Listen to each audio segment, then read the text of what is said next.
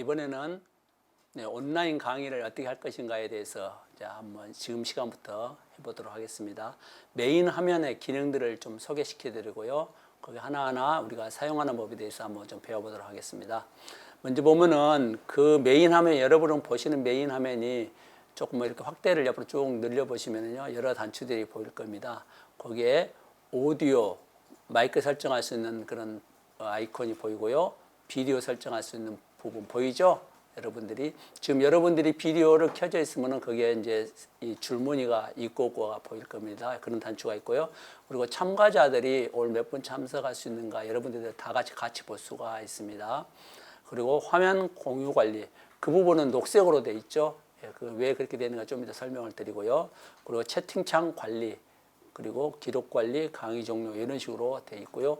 또 그리고 이제 여러분들이 강의를 이렇게 할 때 이렇게 줌을 가지고 강의뿐만 아니라 워크샵 형태로 운영할 수도 있습니다. 워크샵 형태로 운영한다는 뜻은 뭐냐면은 전체가 모여서 회의를 하고 소그룹으로 헤어져서 몇 분씩 한 채팅을 하게 됩니다. 그 안에서 비디오 화상회의를 한 다음에 다시 이렇게 모여서 화상회의를 할 수 있도록 그렇게 돼 있거든요. 그렇게 하기 위해서는 이 주최자가 이렇게 그걸 방을 만들어줘야 됩니다. 그렇게 하기 위한 방이 또 소회의실이라는 조그만 아이콘이 보이는데 여러분들은 보이지를 않을 겁니다. 그 부분도 나중에 설명을 드리도록 하겠습니다. 먼저 오디오 마이크 설정하는 부분들은 이제 그 안에 보면은 여러분들이 들어올 때 컴퓨터 오디오로 열기라고 들어오셨을 겁니다. 그런데 그 밑에 보면은 스피커로 마이크 테스트하는 부분들이 있고요. 그리고 그 테스트 하게 되면은 벨 소리가 들리는 건지 그리고 말하고 또 일시중지하고 그렇게 함으로써 테스트하는 그런 창이 되겠습니다. 이렇게 해서 내 오디오 상태가 제대로 되고 있는지 이걸 확인하는 그런 부분입니다. 그리고 소리가 들린다면은 예를 누르고 이렇게 하면 되겠죠. 그리고 이제 음소거 및 음소거 해제라는 부분이 있습니다. 여러분들이 이제 이렇게 회의에 참석하거나 강의를 할 때 참여하는 분들이 많이 있고요. 주최하는 부분이 있는데 참여하는 분들이 다 같이 이야기하게 되면은 그 부분이 완전히 좀 시끄러운 시장판이 되겠죠. 그렇기 하기 때문에 그 부분을 차단할 필요가 있습니다. 그래서 참여하신 분들은 일단 음을 끄고 듣기만 주로 하다가 발표하실 경우가 있을 겁니다. 그리고 질문하실 경우 꼭 말로 해야 할 부분이 있을 경우는 이 음소거를 열고 말을 하시면 되겠습니다. 근데 간혹 하다 보면은 이 음소거 하는 부분들을 켜놓고 그대로 있으면서 주변에 다른 분들하고 이야기를 하면은 그 이야기 소리가 그 회의에 참석한 모든 분들에게 들리거든요. 또 소음도 들리고 그렇게 해서 좀 안 좋은 경우들이 있으니까 항상 주의해서 그 부분들이 빨간 줄로 이렇게 돼 있느냐를 여러분들이 확인해 보시고 늘 그렇게 강의하는 부분들을 참여하거나 이렇게 할 필요가 있습니다. 그래서 참여하실 때는 이렇게 빨간 줄로 되어 있는 걸 확인해 주시기 바랍니다. 그리고 비디오 설정하는 부분이 있습니다. 비디오 부분도 끄거나 키거나 이렇게 할 수 있거든요. 여러분들이 이렇게 비디오를 꼭 켜야 할 부분도 있지만 꺼내야 할 부분도 일시적으로 있을 수 있습니다. 그래서 그 부분들을 보면은 이게 토글 버튼이기 때문에요. 한번 누르게 되면은 켜지고 한번 누르면 꺼집니다. 그래서 그 부분들을 이렇게 해보시면 될 것 같아요. 그 다음에 참가자 관리가 있습니다. 여러 사람 모양의 사람 2명 모양의 이렇게 아이콘이 있는데요. 그 참가자 관리를 보면은 이제 참가한 사람들의 오디오를 관리를 할 수가 있습니다. 그렇게 해서 그 참가자 관리 창을 열어서 그 참가자들의 모든 음소거를 한꺼번에 이제 수가 한 몇 명이 안 됩니다. 그게 뭐 한 명 한 명 해도 됩니다만은 뭐 10명 단위를 넘어가 20명, 50명 단위를 넘어갈 때는 이렇게 한 명 한 명 음소거를 누가 열어놓은지도 모르는 경우가 있죠. 그럴 때는 관리자가 음소거 전체 음소거를 눌러서 전체를 꺼주면 이렇게 되겠습니다. 참가자들 보면 이런 식으로 보이죠. 이름하고 그 다음에 하는데요. 여러분들이 이렇게 이제 이름이 쭉 나와 있는 경우가 있고요. 또 그렇지 않는 경우가 어떤 경우냐면은 이렇게 모바일로 들어오거나 PC로 들어올 때 이름을 등록을 안 하고 변경을 안 하고 들어온 부분이 있습니다. 그런 부분들은 이렇게 그 기기 이름이 나옵니다. 예를 들어서 갤럭시 10, 갤럭시 7 이런 식으로 나오고요. 거기에 누가 들어온지를 우리가 모르지 않습니까? 어떤 사람이 어떻게 들어오는지 혹은 뭐 PC 데스크탑 이렇게 그 기기의 이름으로 들어온 경우가 있어요. 이렇게 해서는 그 참여한 부분들이 주최자도 잘 모르고 참여하는 다른 분도 잘 모르기 때문에 그 부분들은 참여하실 때 이름 변경을 꼭 해주셔야 되고요. 또 관리자가 그 부분이 누가 들어온지를 아시면 그 이름을 관리자가 이름을 바꿀 수가 있습니다.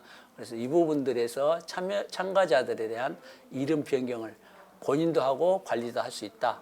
이렇게 하고 꼭 좀 해주셔야 됩니다. 그리고 이 참가자들의 음소거, 여기 보면 이름 바꾸기 있죠? 이름 바꾸기도 하고요. 음소거를 이렇게 하고요. 그리고 이제 프로필 사진도 추가할 수 있는데 프로필 사진 추가까지는 이렇게 저도 해보지는 않았어요. 왜냐하면은 기본적으로 비디오로 들어오고 아는 분들이 이렇게 하기 때문에 프로필 사진까지는 이렇게 안 하셔도 될 것 같고요.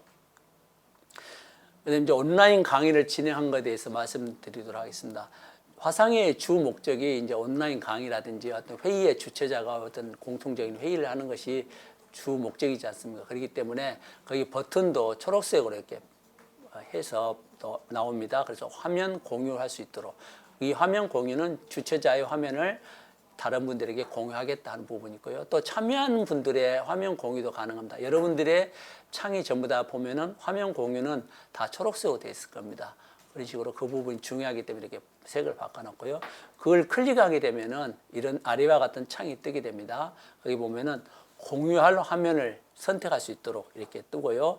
그 부분에 보면은 설명을 좀 드리면은 화면 1이 있고요. 화면 2가 있고 화이트보드, 그 다음에 아이폰 패드, 이거 네 가지는 기본으로 나옵니다. 어떤 분들은 듀얼 모니터가 없는 경우에는 화면 2가 없겠죠.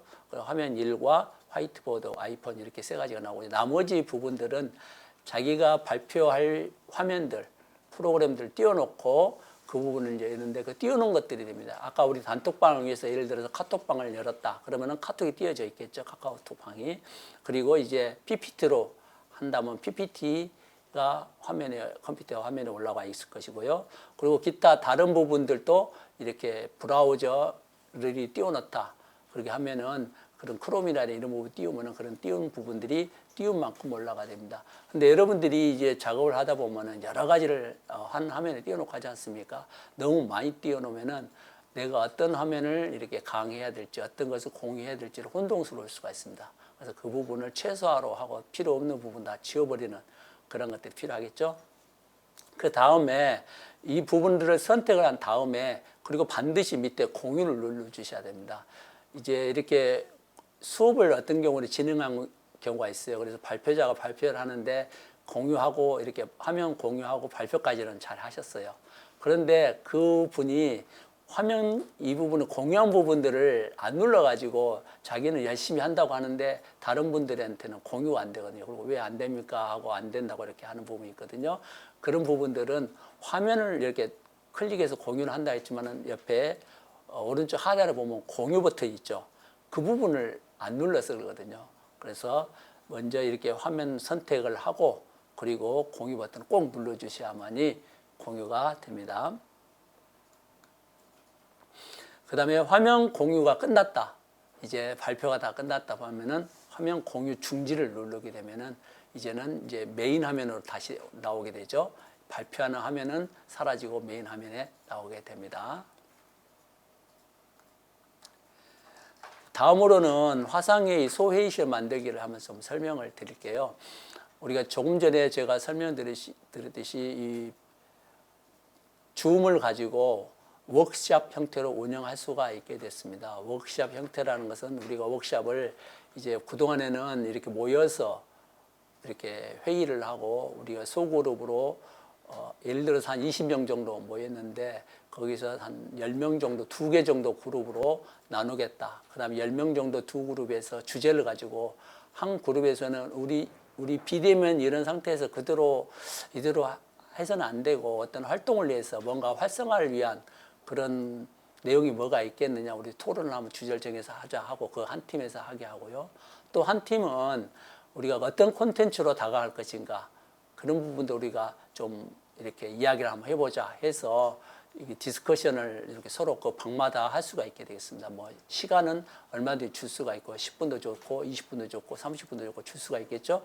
그렇게 해서 방을 나누게 되는데 그 각각 방에는 각각 우리 여기 참여하는 분들이 들어가되 서로 이렇게 다른 방에 어떤 내용들이 토론되고 있는지 이야기가 되고 있는지는 알 수가 없게 되죠. 그렇게 해서 소회의실이거든요. 그런 기능이 있습니다. 우리가 워크숍 할 때 생각해 보시면 그렇게 되죠. 그리고 나서 이제 회의가 일정 시간 지나서 끝나게 되면은 한꺼번에 모여서 그 회의의 소회의실에서 논의되고 의논됐던 것들을 가지고 이렇게 발표하실 분들을 선정해서 그분이 또 전체적으로 발표할 수 있도록 이렇게 하는 그런 기능이 있습니다. 그렇게 되면은 온라인 비대면이지만은 워크숍 같은 거는 형태도 충분히 할 수 있다. 그런 기능들이 있기 때문에요. 이런 기능들을 활용해서 우리가 마냥 손 놓고만 있지 마시고요. 활동가 여러분들이 각 지역에 있는 또 이렇게 분야별로 흩어져 있는 여러분 전문가들과 어떤 토의를 이렇게 할 수 있도록 그렇게 하는 법에 대해서 제가 다시 한번 말씀을 드리도록 설명 알려드리도록 할게요. 먼저 그렇게 하기 위해서는 소회의실이 설정이 되어 있어야 되거든요. 환경 설정 부분에 그 부분들을 좀 알려드릴게요. 여러분들이 이제 가입이 되고 다 돼 있기 때문에 그런 부분들이 계정을 가지고 있을 겁니다. 그래서 줌어스의 계정으로 이렇게 로그인을 하게 되거든요. 줌어스 이렇게 화면에 자기 계정 로그인을 이렇게 하게 됩니다. 로그인 하게 되면은 오른쪽 위에 내 계정이라고 보일 겁니다. 로그인 상태에 돼서 내 계정, 이제 자기 소회의실을 만들기 위한 환경 설정이다 이런 부분이거든요. 그리고 왼쪽에 보면은 개인이 있고 관리자가 있는데 여러분 개인 쪽에 보면은 설정하는 부분이 있습니다. 이제 회의실을 우리가 화상회의실을 만들지 않습니까? 전체적으로 모였습니다. 그 다음에는 이제 작은 회의실 내가 만들겠다 이런 사전 계획이 돼 있을 거 아닙니까? 그리고 또 참여하신 분들도 다 이야기 됐을 겁니다. 우리가 전체적으로 모여서 이렇게 하는데 논의가 됐는데 이번에는 그룹별로 주제를 가지고 한번 해보겠다 이런 사전에 이야기가 돼 있는 경우에 이게 설정 화면에 보시면은 이제 설정하는 화면들을 쭉 보시게 되면 그게 상당히 많은 부분들이 설정할 수가 있어요. 그 안에 보면은 상당히 많은 부분이 있는데 대부분들이 원래 설정되어 있는 기본 옵션들을 해주시면 되고요. 특별히 이제 세미나 소회의실을 만들기 위해서 특별한 부분들이 필요합니다. 그것을 말씀드릴게요. 그 중에 쭉 아래에 내려다 보면은 회의 중 고급이라는 탭이 있습니다. 설정화면을 보면 오른쪽에 쭉 나오게 되는데요. 거기서 회의 중 고급을 쭉 찾으시고요. 중간쯤 아래 조금 아래 좀 내려다 보시면은 소회의실이 이렇게 되어 있습니다. 소회의실, 호스트가 회의 참가자를 별도의 더 작은 회의실로 나눌 수 있습니다. 이것을 이 파란색으로 이렇게 활성화를 시켜줘야 됩니다. 만약에 활성화되어 있지 않으면은 소회의실이 만들어지지 않거든요. 이 소회의실을 만들 수 있는 활성화가 되고 나면요, 여러분들이 이제 이렇게 관리 호스트의 창 밑에 탭에가 소회의실이라는 아이콘이 하나 생깁니다. 그 모양은 어떻게 되냐면은 점 4개가 박혀 있는 그런 조그만 아이콘이고요. 소회의실 이렇게 써져 있습니다. 이런 식으로요. 처음에는 소회의실 설정 전에는 화상회의 하단 메뉴가 위에 이렇게 보이죠? 여러분들 화상에 이렇게 보이는데요. 소회의실 설정하고 난 뒤에는 소회의실 아이콘이 이렇게 기록하고 반응 그 사이에 이렇게 하나가 생기게 됩니다. 지금 이 창은 이렇게 호스트, 이렇게 관리하고 발표하실 분의 창이 되겠습니다. 그리고 이제 시간이 돼서 이제 소회의실을 열어야 되겠다 할 거 아닙니까? 그러면은 이 소회의실을 클릭하게 됩니다. 소회의실을 클릭하게 되면은 이제 여러 개, 몇 개의 소회의실을 만들겠습니까? 하는데요. 지난번에 보면 한 50명 정도 참석한 부분도 10명씩 나눠서 5개로 저도 나눠봤거든요. 그래서 이제 5개로 나눌 수도 있고요. 2개로 나눌 수도 있고. 그럼 나누면은 그분들을 할당을 해야 될 거 아닙니까? 그리고 할당하는 방법들이 또 여러 가지가 있어요. 자동으로 무작위로 거기 참석하신 분들을 이렇게 배분해서 할당하는 방법이 있고요. 또 하나는 수동으로 할당하면 내가 어떤 분이 누구가 어디에 전문가인지를 안다. 그러면 그분들을 이렇게 수동으로 이렇게 할당하는 경우도 있고요. 아니면은 이렇게 참가하신 분들이 그 회의실에 내는 어느 회의실에 가야 되겠다. 이렇게 해서 선택을 해서 허용을 이렇게 받고 그 회의실에 참가하기도 하거든요. 보통은 이제 참가할 수 있도록 개인 선택할 수 있도록 이렇게 하고요. 회의실도 그 이름을 정할 수가 있어요. 제일 처음에는 회의실 1, 회의실 2 이렇게 이름이 되는데요. 그 회의실을 예를 들어서 어떤 주제를 주고요. 우리가 뭐 디지털 비대면 화면에서의 활성화를 위한 방안을 만들기 위한 회의실 이렇게 이름을 정할 수 있고요. 하나는 거기 콘텐츠를 어떻게 개발할 것인가, 콘텐츠 개발 회의실 이렇게 회의실 제목을 만들 수 있겠죠. 그래서 그 전문가들이 나는 여기에도 관심 있겠다 하면은 그 부분에 참여하게 되는데요. 이제 주의할 점은 제가 해보니까요. 그렇게 해서 본인들이 이렇게 쭉 다 가서 참여를 하는데 어떤 분들 선생님 저는 이제 못 들어가요 알 수 없네요 하는 분들이 있어요. 그 내용을 보니까 위에 보면은 지금 이렇게 화면 공유 기록 소회의실 반응이라는 이런 부분들의 소회의실이 아예 보이지를 않는 분들이 있더라고요.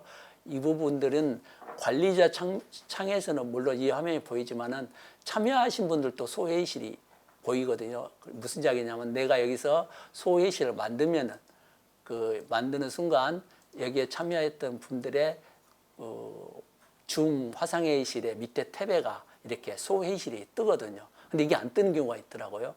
그래서 왜 안 뜨는지 저도 아직까지는 잘 모르겠습니다. 안 뜨는 부분에서는 이제 강제로 여기 주관에 하신 분들이 설정을 이렇게 그 안에 할당할 수가 있게 되겠습니다. 여기 보면은 소회의실이 1, 2, 두 개를 했기 때문에 이렇게 되고 이 할당하는 방법이 아까 주어진 대로 자기가 할당할 수도 있고요. 그리고 또 이렇게 자동으로 하게 할 수도 있고 수동으로 이렇게 할 수도 있게 되겠죠. 그리고 이제 좀 중요한 점이 하나 있습니다. 이 부분에 보면은 이렇게만 할당하면 끝나는 것이 아니고요. 거기 보면 모든 회의실 열기를 눌러주셔야 됩니다. 이제 할당하게 되면은 그 회의실을 열어야만이 그 소회의실 참여할 수가 있게 되겠죠. 그래서 모든 회의실 열기를 반드시 눌러주시면은 그러면은 이제 소회의실의 아이콘이 생기면서 거기에 각각 들어올 수가 있게 되고요. 그리고 이제 사전에 소회의실에 들어가셔서 그곳에서 우리가 서로 어떤 내용을 해야 될 것인 그 안에서 누구 그 소회의실에 발표하실 분을 설정을 한다든지 그렇게 해야 할 거 아닙니까? 그렇게 한 것들을 미리 정하고 이렇게 하는 시간들이 주어지죠. 그래서 보통 10분, 20분 혹은 주제에 따라서는 30분 정도 이렇게 주는 경우도 있어요. 그래서 지금 예를 들어 12분이니까 30분 후에 종결하겠습니다. 이렇게 이렇게 안내를 하고 하게 되면은 그 이후에 돼서 30분 정도 지난 다음에 이제 종결을 해야 되는데 종결하는 방법이 이렇습니다. 먼저 이 종결하는 도중에도 중간중간에 주최자가 각 회의실에 들어갈 수가 있거든요. 들어갈 수가 있지만은 들어가고 또 나오고 들어가 나오면 번거롭지 않습니까? 거기서 메시지를 보낼 수가 있어요. 브로드캐스팅이라 해가지고요. 방송이라 하기도 하죠.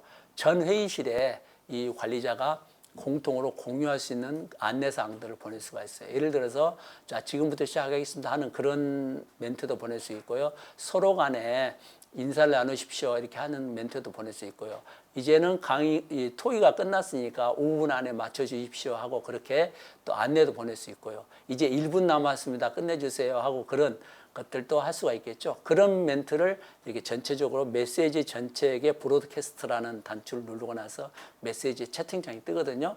그렇게 해서 해주시고요. 그러고 나면은 이제 다 시간이 경과가 되죠. 그러면 이제 끝내야 되니까 모든 회의실 닫기를 눌러주면은 그 모든 회의실 닫기를 누르는 순간에 싹 그 회의실이 없어지는 게 아니고요.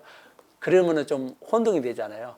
그로부터 1분 후에 회의실이 닫는 거죠. 그러니까 운영하는 측면에서는 사전에 이게 공지를 하고 또 공지하는 이후에 또 끄겠습니다 하면 끄고 난 다음에 또 1분 후에 다 이 소회의실이 마침이 하고 됩니다. 그러고 나면은 다 끝나게 되면 그분들이 이제 다시 들어오게 되죠. 메인 스튜디오로 다시 들어오게 됩니다.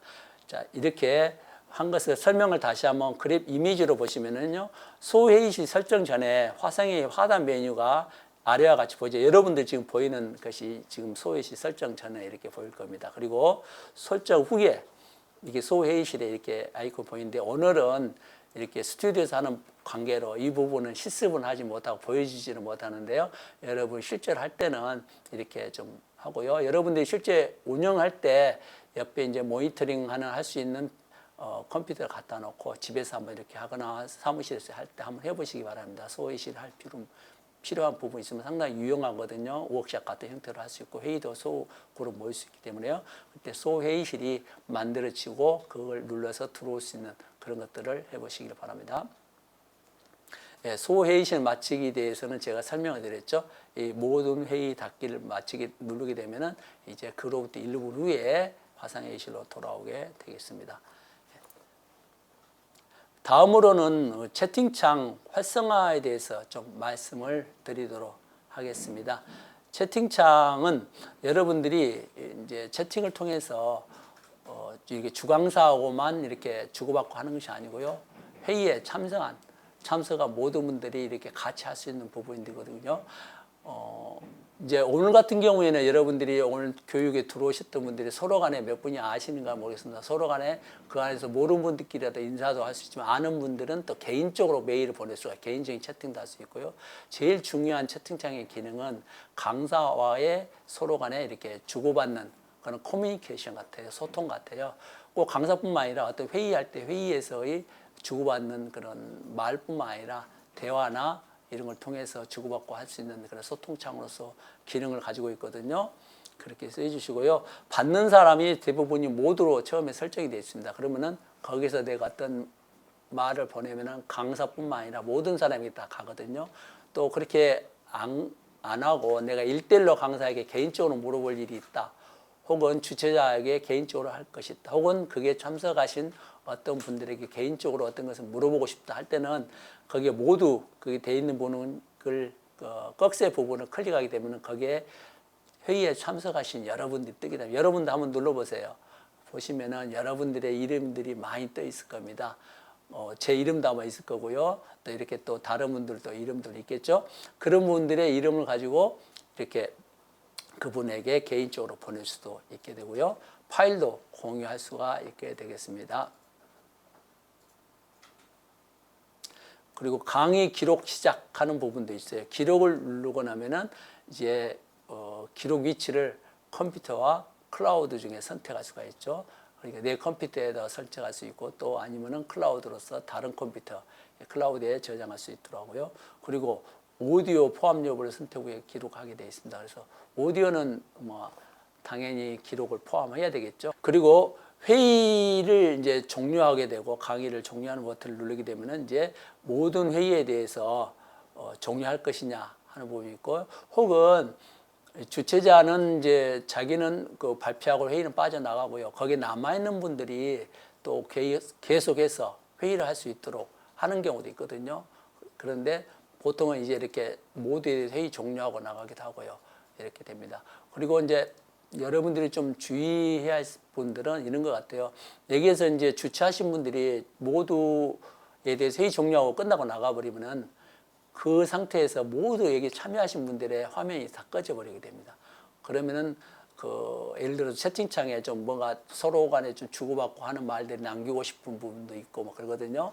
그런 부분들이 동시에 싹 사라지게 되는 거죠. 그분들이 좀 당황스러울 수가 있습니다. 그래서 강의 주최하신 분들은 한 가지 팁인데 이게 강의를 마치겠습니다 하고 좀 나가주시기 바랍니다 하고는 다른 사람들이 거기 참여하신 분들이 이렇게 한 분씩 나갈 때까지 기다렸다가 뭐 2, 3분도 좋고 한 뭐 심지어 조금 더 기다리고 해서 나갈 때까지 좀 기다려 주는 것이 좋은 것 같아요. 왜냐하면 그분에는 뭐 강의에 대해서 감사합니다 표하신 분도 있고 수고하셨습니다 표하신 분도 있고요. 또 마지막에 또 이렇게 질의응답을 또 이렇게 채팅창을 통해서 혹은 뭐 이렇게 화상 얼굴 보고 이렇게 하신 경우가 있더라고요. 그런 분들을 위해서 마지막에 딱 끊어버리면 안 되겠죠. 그래서 그런 부분도 혹시 있을 수 있으니까 조금은 이렇게 여유를 두시는 그런 여유스러움을 가지는 것이 좋을 것 같아요.